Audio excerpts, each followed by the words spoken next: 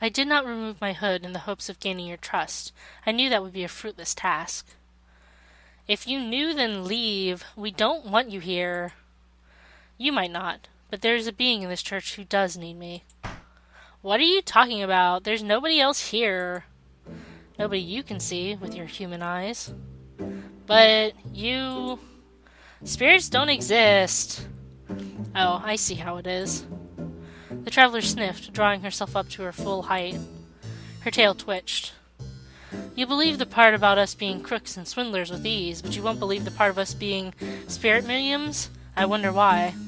Is it because it happens to paint my species in a positive light? No, that isn't it. I won't believe it because it isn't true. It's ridiculous. Spirits don't exist. You only say that because you can't see them. If you were born with eyes like mine, you would know. There's a lot more to this world than you think.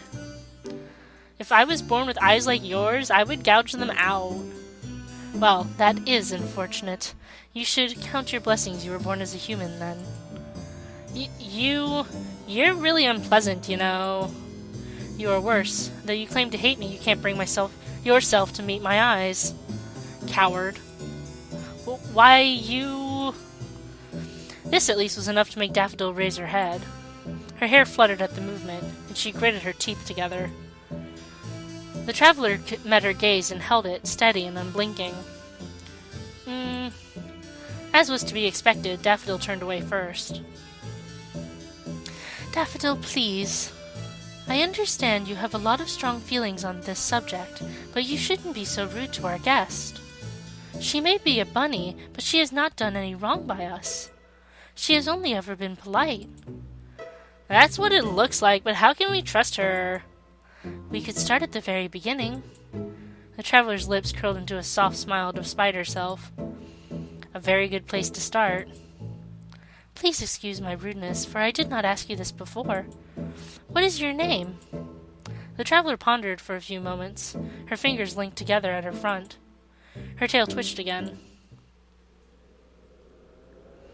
She made a point of not revealing her name to others. Sharing names established a connection, and the traveler was not interested in connections. She was a traveling merchant, and she never stayed in one place for too long. Making acquaintances was nothing more than a hassle. It would have been more pain than it was worth, even if she was a normal human. But when Madeline asked, her blue eyes soft and gentle, she felt compelled to answer. And people said bunnies had enchanting eyes. They had obviously never met Madeline. My name, it's Minuet. Minuet Cadenza. Minuet, what a pretty name. And you say there's some kind of spirit residing in this church. That is correct. Or, to be more precise, they are not residing in the church. They are part of it. How does that work? They are the tree. They are inside the tree? No, not inside it. They are it. The spirit is the tree. I am afraid I do not follow. You don't need to follow. She's talking nonsense. Oh, hush, Daffodil. You've already said your piece. Ow! Daffodil whimpered. Madeline had prodded her in the tummy again. You are rather too cynical for such a young girl. It would do you some good to listen to somebody else for once.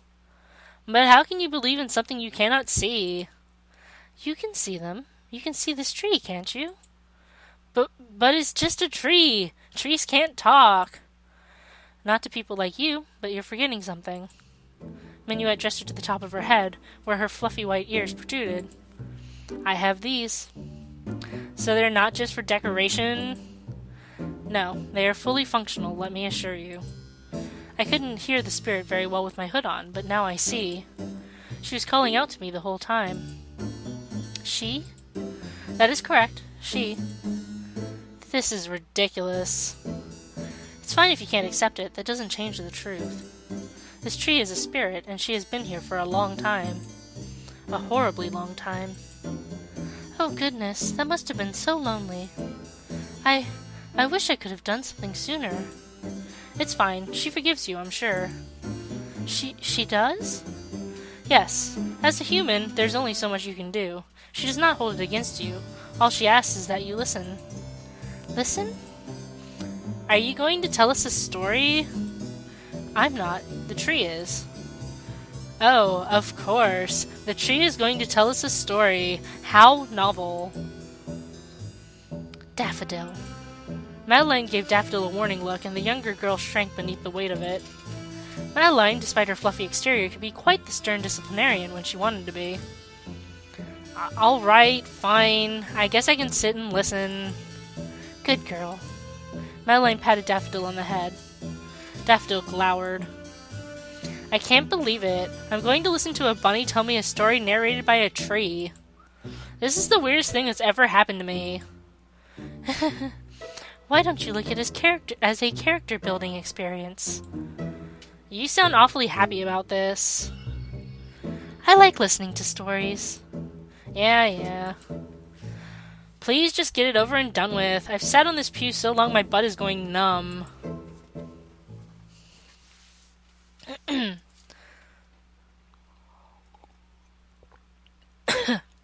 Minuet smiled, her hands held together at her front. Maybe this would go better than she had thought. Maybe they really would be willing to listen to the story.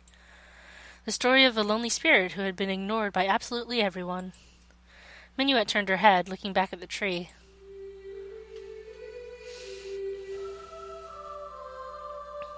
Aw, cutie pie. A ghostly impression of a girl looked back at her. She shimmered, translucent, and was only very vaguely there. Her existence was thin, even to a bunny like Minuet, and it seemed a single gust of wind would be enough to scatter her. But she still remained. She had been rooted to this spot for so long. Longer, even, than her voice, weak and frail from disuse, could communicate. But she could not go. Not until she had eased at least some of her regrets. It's like the soul story. It all comes full circle. Your name? Minuet looked at the ghostly girl with gentle eyes. What is your name? The spirit shifted. Minuet could see her swallow. Her throat convulsed just as a human's might. But she wasn't a human anymore. She had been dead for far too long. But death did not stop the girl from answering Minuet's query. There was a sizable pause, filled with the sound of falling rain and howling wind, until the girl spoke. She spoke in a soft voice, barely audible, that only Minuet could hear.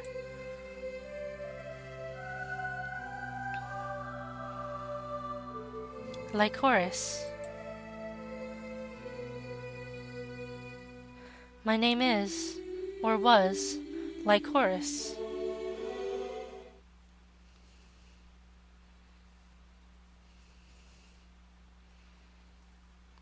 Like Horace? Oh, no, wait. Which voice is hers? Like Horace? Like Horace blinks. Her fingers hover over the pages, trembling with emotion. Her breath escapes from her lips in soft gasps, audible over the crackling of the fire. The wood snaps in the hearth and is consumed by the flames. Invisible sparks dance in the grate. There is no way. This isn't possible. She cannot be called like Horace. I am like Horace. But they are not one and the same. You can tell this much simply by perusing the words written inside the story. The like Horace in the story is soft and shy, almost painfully awkward. This like Horace, who welcomed you to her library as an esteemed guest, is anything but. They are not the same girl. They cannot be the same girl. Why, then, do they share the same name? Has she never read this far into the story before? No, never. I have never encountered a character within this tale who shares my name. Your heart pounds in sympathy for her, squeezing inside your chest like a dirty rag. All of a sudden you want to comfort her. You want to rise to your feet, unsteady though they are, and sweep her into your arms.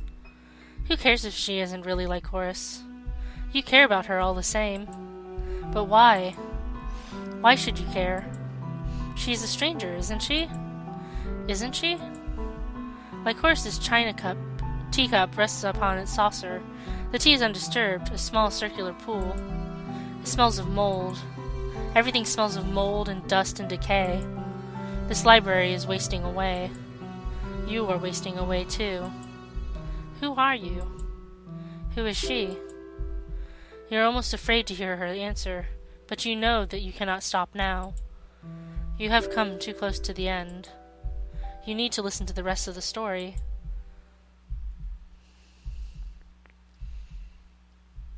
But what if we keep reading and my existence begins to waver? I can feel it wavering already. If she is like Horace, I cannot be like Horace. So who am I? The girl without a name. Please tell me, who am I? I don't know. You don't know. You can't tell her that. You don't know who you are either, but... You reach across the table. Your knee upsets the tabletop, jostling like Horace's cup of peppermint tea. The mold-flecked surface, did it always look so blue and green? Quivers, catching in the dim lights. Dust motes circle you, filling your nose with the thick, insurmountable smell of death. But none of that stops you. You still take her hand. Asindra? She blinks at you. She looks like a lost child left all alone in the library, waiting for her parents to come back. But they never will. She has been waiting here, alone, for hundreds upon hundreds of years, waiting with nothing more than these books for company and a name to cling to. Like Horace. Now she doesn't even have that. Her name has been stolen. You need to find her real name. You need to give it back to her. You can tell, though you don't know how, that this is your duty. This is what you were called here for. You have to help her. But this whole time, I wasn't like Horace. I lied to you. Why do you want to stay with me?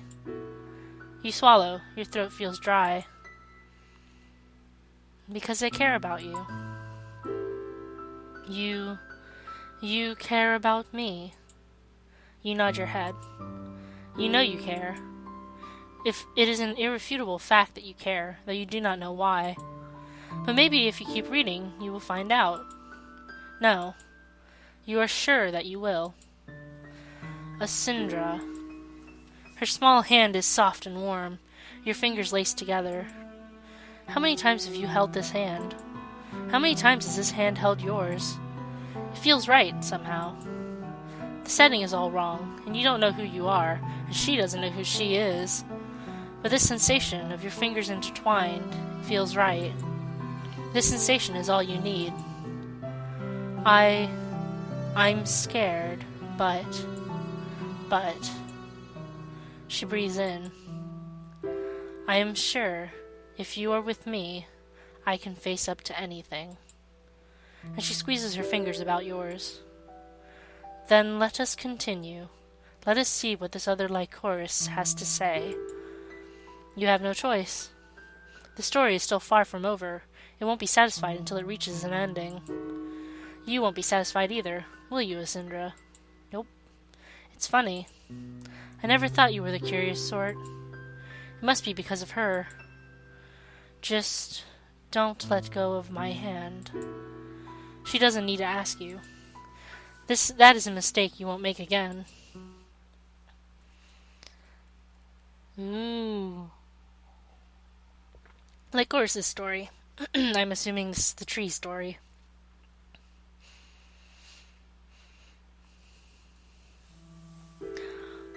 Told by Minuet as well, so... Once upon a time, a long, long time ago, there was a girl who dreamt of being a poet. She did not want wealth, and neither did she want acclaim. She just wanted to share her thoughts and feelings with others. She wanted to be understood. Why, then, did she not attempt to vocalize her feelings? If she wanted understanding, it would seem more sensible to widen her social circle, not spill the depths of her heart across a cold, unfeeling sheet of paper. But people are not always logical, poets doubly so. If she could have expressed herself clearly, with her voice rather than her words, she would not have been a poet. It was precisely because she was awkward that she hid herself away inside her dusty library and expressed herself soundlessly. For many years she did not go outside. No sunlight touched her skin, until her flesh lost its rosy pigmentation and began to turn gray. The only noise she heard was the scratching of her quill against the parchment. That was all she needed. That was what she told herself she needed. Why, then, were all her stories so deeply, profoundly depressing? She was not happy, but she told herself it was impossible to be happy as a poet, and tried to set her feelings to one side. She purged them onto the paper, attempting to cleanse her soul. She was convinced she could remain living like this, in suspended animation, neither happy nor unhappy, not dead but not quite alive, and perhaps she truly could have. She would have. Did she not fall in love? One day, a concerned aunt convinced the poet to leave her study and walk about the village. Her aunt told the girl cool air would bring some color to her cheeks, and she had been looking awfully peaky as of late. The poet protested, saying she would rather write, but her aunt was firm. Her aunt said the poet had written so very much already she must have been running out of things to say, and in any event, breaking out of her self-imposed eggshell would be good for her. Meeting new people and having new experiences would only make the tales she spanned more enjoyable. Reluctantly, the poet acquiesced. Her aunt was a pushy woman, and she did not have much of a choice. So the aunt took the poet by the hand and dragged her out into the sunshine. The poet had to shield her eyes with her hand, like a lich, and spent the whole walk yearning to return to her study. The world was far too bright and for a strange, pale, melancholic creature like herself. There were traders trying to sell their wares, and happy couples cuddled up together beneath the sun. There were children shrieking, playing games, and chickens pecking at seed on the street. The streets were narrow and cramped, much too crowded, and the girl was jostled back and forth. Her shoulders were bumped and her elbows knocked, and she feared her skin would bruise. Oh, it was horrible. The outside world was chaotic and lively and exciting, and that made it unspeakably horrible. The poet was not bright and bold, and it seemed likely her very being would fade away, dissolving into dust. Exposed for the fake that she really and truly was.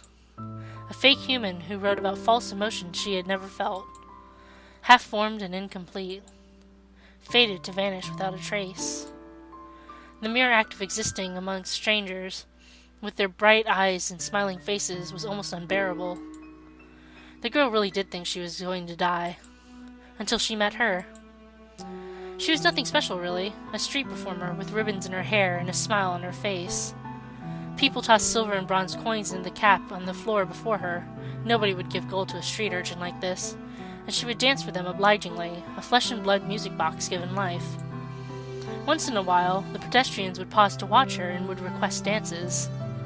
The spoilt princess, the shy bride, the dying swan. The girl fulfilled each request sweetly, with grace and poise. She threw her very being, her soul, into these roles, with such abandon that the poet could only watch, her eyes wide. When she was the princess, the girl was regal, with a noble carriage, her head held high. When she was the bride, she was shy and demure, her eyelashes downturned as though anxious to gaze upon the visage of her husband. When she was the swan, her face twisted into an expression of deep melancholia, and her fluttering arms may as well have been two white feathery wings. The poet was in awe. How could one girl take on so many roles, yet finish each performance with that self-same smile and a neat little curtsy? There was barely enough of the poet to constitute one complete character, yet alone three, but it seemed the dancer could swap between personas at her will. Was that because she was so full of life? The poet did not know. All she knew was she could not tear her eyes away from the girl. The crowds continued to shout and jostle, and one of the elderly women carrying a sack filled with potatoes knocked into the poet, but there she remained, rooted to the spot as though by magic. A strange feeling had begun to blossom inside her chest, one that she could not quite place. Envy, perhaps? But this emotion did not have the bite of envy. It was not bitter, but neither was it sweet, and though it hurt keenly, the poet was happier for having experienced it. It could only have been love. At some point, the dancer noticed that the poet was watching her, spellbound, and she smiled. She walked towards the poet, her feet falling against the ground in a series of feather-light taps, soft enough to be inaudible, and peered at her curiously. "Would you like me to dance for you?" she asked.